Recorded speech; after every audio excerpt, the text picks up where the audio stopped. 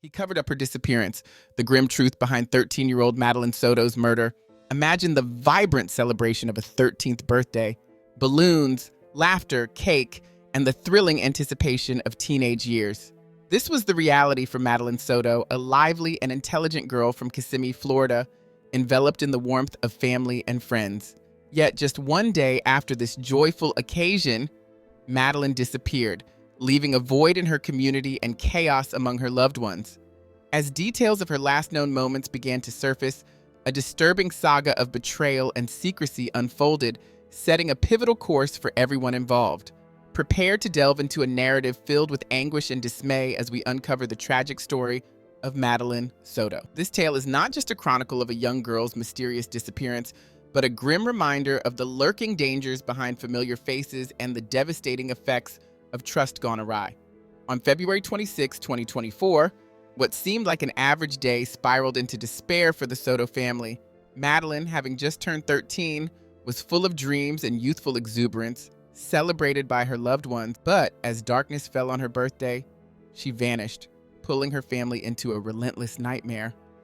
The investigation that followed revealed a harrowing truth hidden beneath the facade of everyday life, a network of deceit and complex relationships that led to unimaginable terror. The last person known to have seen Madeline was her mother's boyfriend, Stephen Stearns, who reportedly dropped her off at school that morning.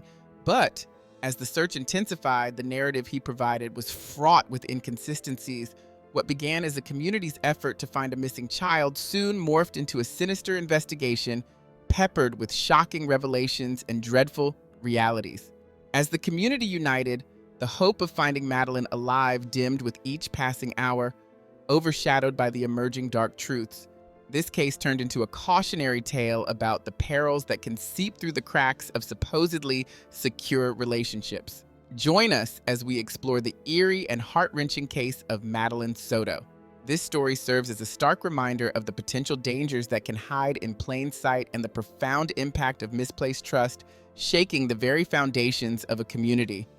Madeline Soto's life was a tapestry of highs and lows, deeply influenced by her family's complex dynamics. Living with her mother, Jennifer Soto, in the charming Venetian Bay Village complex in Kissimmee, Florida, their home was a sanctuary of love, but not without its trial. Jennifer, a devoted mother, frequently clashed with Madeline, leading to frequent disputes that escalated tensions and left both feeling alienated and misunderstood. Madeline, only 13 years old, faced additional challenges with her ADHD diagnosis, which impacted her concentration and academic performance. Despite these obstacles, her teachers noted her as a sweet and kind-hearted girl, though easily sidetracked. In the months leading up to her mysterious disappearance, her friends noticed a concerning change in her behavior. She appeared increasingly despondent and weary, often breaking down in tears for reasons she wouldn't explain. She confided in her peers about the mental health struggles plaguing her mother, describing Jennifer as bipolar and lamenting her feelings of loneliness and isolation. Complicating the family dynamics further was Stephen Stearns, Jennifer's boyfriend, who Madeline affectionately referred to as her stepfather. She often sought solace in him during her frequent conflicts with her mother, though his presence in the household was viewed with suspicion by those close to the family. In the dawn of 2024, Madeline's expressions of wanting to flee her home life grew disturbingly frequent. She shared whimsical plans with her friends to build a secluded house in the woods once she turned 13, a dream that initially seemed innocent but assumed a more sinister implication after she vanished. As her birthday passed and February 26th loomed, a day that should have been filled with post-celebratory joy, the atmosphere in the Soto household was fraught with tension. What started as an ordinary morning quickly descended into a vortex of chaos that would irrevocably alter their lives. The complexities of love and conflict in Madeline's home set the stage for the turmoil that ensued. While Madeline Soto found solace in moments with Stephen Stearns and often turned to him during times of strife, the deep-seated issues within their household cast a long shadow over her life. As law enforcement delved into Madeline's last known activities and examined the complex web of family relationships, they began to uncover disturbing indications of the dire circumstances that might have befallen the vibrant young girl. The morning of February 26, 2024, unfolded routinely. Jennifer Soto was roused early by the sounds of Stephen taking their dog for a walk. In a drowsy state, she snuggled back into bed, oblivious to the impending turmoil that would soon envelop her day. Although the morning light painted a picture of normalcy, the reality was a household brimming with tension and unvoiced anxieties. That morning, Stephen was responsible for driving Madeline to school. However, he chose not to drop her off directly at Hunters Creek Middle School. Instead, he left her at Peace United Methodist Church across the street. It was approximately 8:30 a.m. when he saw her last, captured by surveillance as she idly lingered in the church parking lot, sitting alone, deep in thought. She eventually stood and walked towards the school, marking the last moment she was seen. The simplicity of a school day was forever marred by her sudden disappearance. Later that day, Stephen mentioned casually to Jennifer that he had factory reset his phone to install an update, an action that would later raise suspicions. As hours passed and Madeline did not return home, the first signs of dread emerged. Stephen's nonchalance and Jennifer's initial unawareness of the looming threat soon became painfully apparent. By 4:30 p.m., anxiety turned into acute panic for Jennifer as she arrived at Hunters Creek Middle School, eager to reunite with her daughter. Yet, as she watched the swarm of students exiting the school, her heart sank. Madeline was conspicuously absent. Her worst fears were confirmed by the school officials. Madeline had never shown up for class that day. The stark realization dawned on Jennifer. Something was profoundly amiss. Driven by a surge of panic, she embarked on a desperate search for her daughter, scouring nearby areas including her mother's office, a place Madeline might have headed after school. As she navigated through the familiar streets of Kissimmee, anxiety clenched her heart. She peered into every nook and cranny, calling Madeline's name into the void, but was met with silence. The world seemed to distort around her as time mercilessly ticked on. With every potential hideout yielding no clues to Madeline's whereabouts, Jennifer's sense of desperation escalated. She reached out to friends and acquaintances, clinging to the hope that someone might have spotted Madeline or could shed light on her possible location. Her efforts expanded to social media, where she issued heartfelt pleas for information, urging anyone who knew anything to come forward. As the sun began to set, casting long shadows and bringing the day to a close, Jennifer felt the grip of dread tighten. The fleeting hours felt increasingly precious as she faced the looming night. At around 8 p.m., with a heavy heart and a sense of foreboding, she made the pivotal decision to report her daughter missing. The act of dialing 911 was laden with the terrifying possibility of what might come next, each second growing heavier with the potential consequences of this ordeal. When Jennifer finally reported Madeline missing, the response from local law enforcement was frustratingly delayed. It took several agonizing hours for deputies to arrive at the Soto residence, leaving Jennifer to endure a torturous wait filled with growing anxiety and despair as she paced near the school grounds, longing for any piece of news about her daughter. The arrival of law enforcement later that night marked nearly half a day since Madeline had last been seen.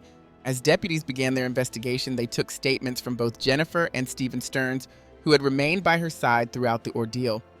The initial inquiries focused on Madeline's last confirmed sightings and any other leads that might illuminate her whereabouts. However, as the officers collected details from Jennifer and Stephen, certain inconsistencies began to surface, casting a shadow of suspicion over Stephen's account of the event. These discrepancies in Stephen's story did not escape the notice of the investigators, who began to piece together a troubling picture. As the night wore on, what started as a routine check for a missing child was quickly morphing into a complex case peppered with potential deceit and dark implications about Stephen's role in the distressing mystery of Madeline's disappearance. The day after Madeline's disappearance, on February 27th, law enforcement initiated a massive search effort that involved over 100 personnel from various agencies, including the Orange County Sheriff's Office and numerous local volunteers. Canine units were dispatched to pick up Madeline's scent, while search teams meticulously explored the parks, hiking trails, and wooded areas surrounding Hunters Creek Middle School, hoping to find any trace of the missing girl. The search was exhaustive. Officers utilized ATVs and horses to navigate rugged terrains that were difficult to access on foot. They combed through every inch of the area where Madeline was last seen, following any tip or lead that emerged.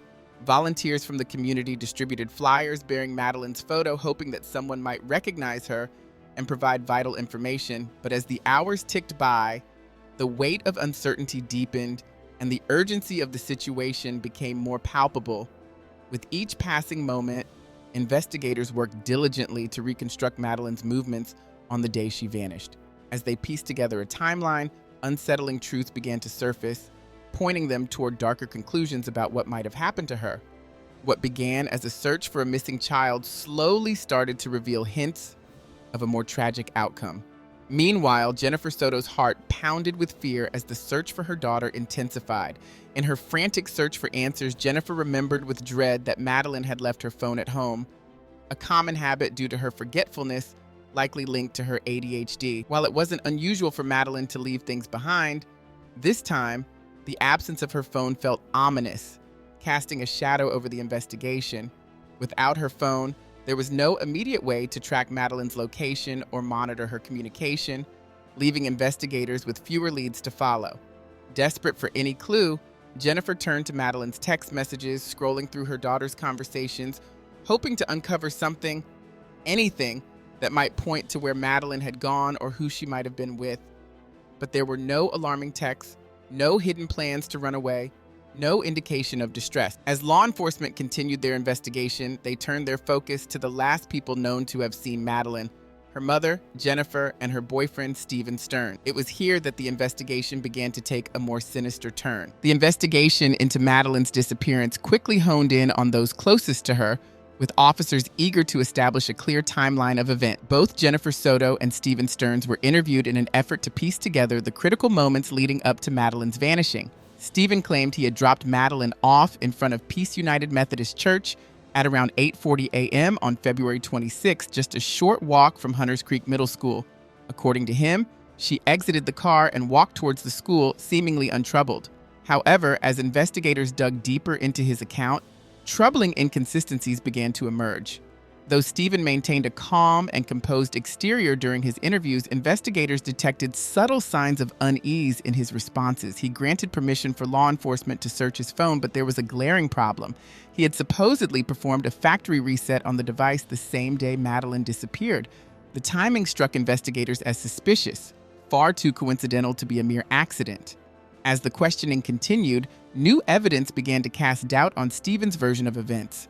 A license plate reader had captured his vehicle at various locations throughout the morning, none of which aligned with his claim of dropping Madeline off at school. Rather than following a direct path to Hunters Creek Middle School, his car was recorded making several unusual turns and detours, raising more questions about his actions that day. Investigators pressed Stephen further, particularly about why he would drop Madeline off at a church instead of directly at the school, especially given that classes did not start until 9:30 a.m.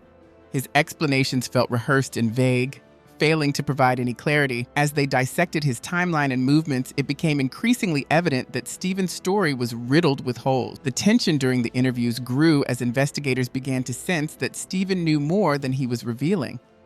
The growing discrepancies in Stephen's account painted a troubling picture. He was no longer just someone involved in Madeline's life. He was now the last known person to have seen her alive. With each passing question, the suspicions mounted, and Stephen found himself under the increasing weight of the investigators' scrutiny. The atmosphere became charged, setting the stage for what would soon become a significant development in the case. Just 2 days after Madeline's disappearance, on February 28th, the investigation took a startling turn. Law enforcement officials arrested Stephen Stearns, though surprisingly, the charges were unrelated to Madeline's case. Nonetheless, his arrest deepened the mystery, leaving the community reeling and desperate for answers as the search for Madeline pressed on. Stephen Stearns' arrest on charges of sexual misconduct and possession of inappropriate materials sent shockwaves through the community. Being the last person to see Madeline, the suspicions surrounding him intensified, and the investigation took a darker turn. As detectives probed deeper into his background, they uncovered disturbing evidence that would completely shift the course of the investigation. When authorities examined Stephen's phone, they found unsettling content that raised immediate concerns. His claim of accidentally performing a factory reset on the day Madeline disappeared now seemed far too convenient. Investigators suspected it was a deliberate attempt to hide incriminating evidence. Despite this, law enforcement managed to recover fragments of data, which would play a critical role in the case. As detectives sifted through what remained on his phone, they discovered evidence that suggested troubling activities may have occurred within the family home. Among the findings were items and details that matched Madeline's belongings, painting an alarming picture of what might have transpired. The investigation now pointed to the possibility that Stephen, once considered a protective figure, could have played a far more sinister role. This evidence led authorities to name Stephen as the primary suspect in Madeline's disappearance. Though no immediate charges were filed in connection to her vanishing, investigators became increasingly convinced that his actions were directly tied to her fate. His behavior, combined with the suspicious circumstances of his phone reset, left little doubt that there was more to this case than initially thought. As the investigation progressed, the focus shifted from a hopeful search to uncovering the extent of Stephen's involvement. The community, once united in the hope of finding Madeline safe, was now left to grapple with the heartbreaking reality that something far more troubling may have happened. What began as a search for a missing girl had become a chilling investigation, uncovering secrets that left everyone shaken. Stephen Stern's arrest marked a turning point in the investigation, shifting the focus from the desperate search for a missing girl to unraveling a dark web of deceit and tragedy. On March 1st, 2024, a crucial tip led authorities to a secluded wooded area off Hickory Tree Road in Osceola County. As search teams combed through the rugged terrain, they made a heartbreaking discovery, one that extinguished any lingering hope of finding Madeline alive. Her body was found hidden beneath layers of dry grass and hay, a tragic end to the search. Madeline was identified by her distinctive clothing, a green hoodie and blue jeans, matching the description of what she had been wearing when she disappeared. The sight of her lifeless body painted a haunting picture of the horror that had unfolded in the days since her disappearance. Investigators, determined to piece together what had happened, carefully gathered evidence from the scene. The medical examiner noted signs of decomposition on one side of her face and hands, indicating that her body had been there for some time. It was clear from the condition of her remains that foul play was involved, confirming that her death was no accident. This devastating discovery marked a somber moment in the investigation. The shift from searching for a missing child to recovering her body was a crushing blow, not only for law enforcement, but also for the community that had rallied around the Soto family. As the news spread, a wave of sorrow and outrage gripped those who had held on to hope. The tragic outcome left everyone mourning the loss of a young girl whose life was cut short in such a senseless way. At a critical news conference, investigators revealed their growing certainty that 13-year-old Madeline Soto had been killed in her own home before her body was transported to the wooded area. Sheriff Mina shared crucial video evidence that captured Stephen Stearns discarding several items into a dumpster at the apartment complex at around 7:35 a.m. on the very morning Madeline was reported missing. This damning footage contradicted Stephen's previous claims and further implicated him in the crime. Among the items found in the dumpster were Madeline's backpack, her school-issued laptop, and a white Crocs sandal that matched another found in her mother's bedroom. These discoveries further dismantled Stephen's story that he had dropped Madeline off near her school that morning. The evidence painted a chilling picture of a man who had not only deceived those closest to him, but had also been involved in a heartbreaking and senseless crime. As the investigation continued, the community, once filled with hope, was left grappling with the grim reality of what had transpired. The recovery of Madeline's body marked the beginning of a deeper inquiry into the events of that fateful day, and the case would forever remain a stark reminder of the dangers that can lurk behind closed doors. Investigators soon revealed a disturbing truth. Evidence suggested that Madeline was never dropped off at school as initially claimed. They believed that by the time Stephen Stearns was seen leaving the apartment complex, Madeline had already passed away. Sheriff Mina confirmed, "We have evidence showing Stephen returning to the complex with Madeline visible in the vehicle. We believe she was already deceased at that time." This information led investigators to conclude that Madeline's death likely occurred in her home, deepening the tragic circumstances of her disappearance. The medical examiner officially ruled Madeline's death a homicide, determining that she had died from strangulation. This conclusion came shortly after her body was found on March 1st. The investigation had shifted from a missing person case to a confirmed crime, with law enforcement building a stronger case. On March 2nd, Stephen Stearns waived his first court appearance, opting for legal representation through his attorney. Given the seriousness of the charges, the judge denied him bond, signaling the gravity of the situation. In a regrettable mistake, the Osceola County Sheriff's Office accidentally posted a confidential crime scene photo on social media showing clothing consistent with what Madeline had been wearing when she disappeared. The post was quickly taken down, and the sheriff's office issued a formal apology, acknowledging that the image should never have been made public. This incident, while unfortunate, did not detract from the ongoing investigation. As the case progressed, court records uncovered that Stephen had been involved in inappropriate behavior towards Madeline for some time. Investigators found evidence dating back to 2022, indicating troubling dynamics within the household. Despite attempts to remove incriminating data from his phone, investigators were able to retrieve files that provided crucial insights into the unhealthy relationship that had developed over the years. Further complicating the case, a former acquaintance of Stephen shared concerning observations, noting that Stephen seemed more emotionally invested in his bond with Madeline than in his relationship with her mother. This raised additional concerns about the nature of their interactions and Stephen's possible motivations, deepening suspicions about his role in Madeline's disappearance. With a growing body of evidence, including digital files and witness testimonies, investigators built a compelling case against Stephen. The combination of recovered data and statements painted a troubling picture of the events leading up to Madeline's tragic death, and the legal repercussions for Stephen were becoming inevitable as the case unfolded. On March 6, detectives interviewed Stephen Stern's parents, who expressed concerns about his relationship with Jennifer Soto, Madeline's mother. They mentioned issues related to drug use and how it had negatively affected Stephen. His parents described a troubling environment with both Stephen and Jennifer often sleeping excessively, which worsened their mental health. During the interview, Stephen's mother also mentioned discovering an unusual item in his room, raising further questions about his behavior. That same day, detectives spoke with two of Jennifer Soto's roommates. One roommate recalled hearing unusual noises from the upstairs bedroom, where Stephen and Madeline had been sleeping the night before she went missing. This detail raised concerns about what might have happened during those critical hours. Despite Jennifer assuring her roommate that Stephen would never harm Madeline, the situation now appeared far more complicated, and investigators began to piece together a more troubling scenario. As the case progressed, on March 12, 2024, the Orange Osceola State Attorney's Office announced a series of serious charges against Stephen Stearns.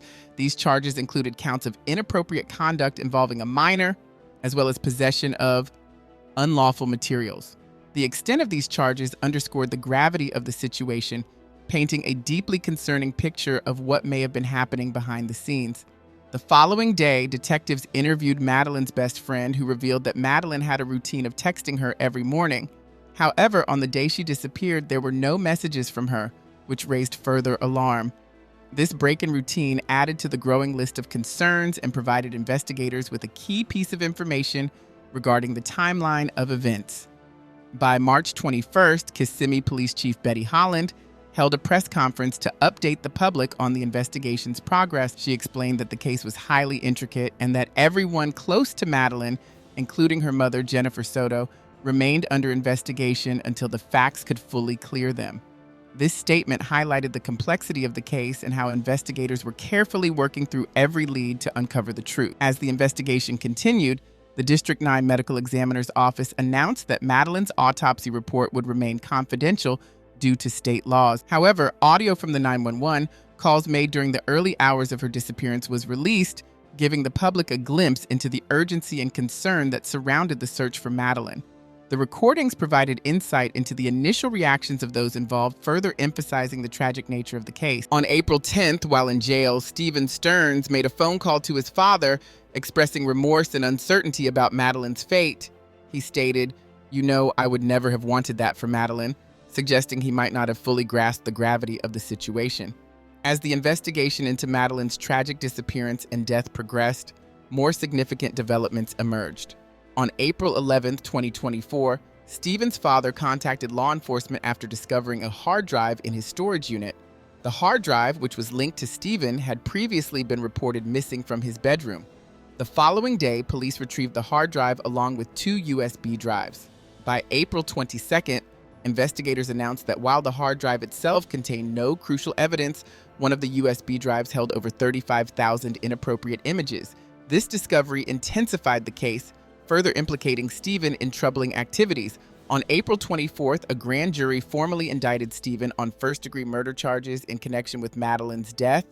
Kissimmee Police Chief Betty Holland confirmed that evidence pointed to calculated efforts by Stephen to dispose of Madeline's belongings and conceal her body before she was reported missing. The state attorney's office later announced that they would pursue the death penalty against him, underscoring the severity of the charges. As the legal proceedings unfolded, detectives conducted another interview with Madeline's mother on April 18th. During the interview, she revealed that she had come home late one night to find Stephen and Madeline alone together. She recounted that due to her trust in Stephen, she had allowed them to sleep in the same bed, which raised further questions about the dynamics within the household and whether any warning signs had been overlooked. By June 10th, prosecutors officially confirmed their intent to seek the death penalty against Stephen Stearns. The community, already shaken by the events, remained on edge as they anxiously awaited the trial. Public reaction was filled with heartbreak and anger, with many community members holding vigils in Madeline's memory and rallying for justice. The case sparked important discussions about child safety and the need for vigilance in protecting children from potential threats, even in seemingly familiar environments. As the legal process moves forward, Madeline Soto's story serves as a powerful reminder of the importance of protecting our children and ensuring their voices are heard. The community continues to seek justice for Madeline, and her tragic case has left an indelible mark on those who rallied for her and demanded accountability. The quest for answers and justice remains ongoing, and the impact of this tragedy will not be forgotten.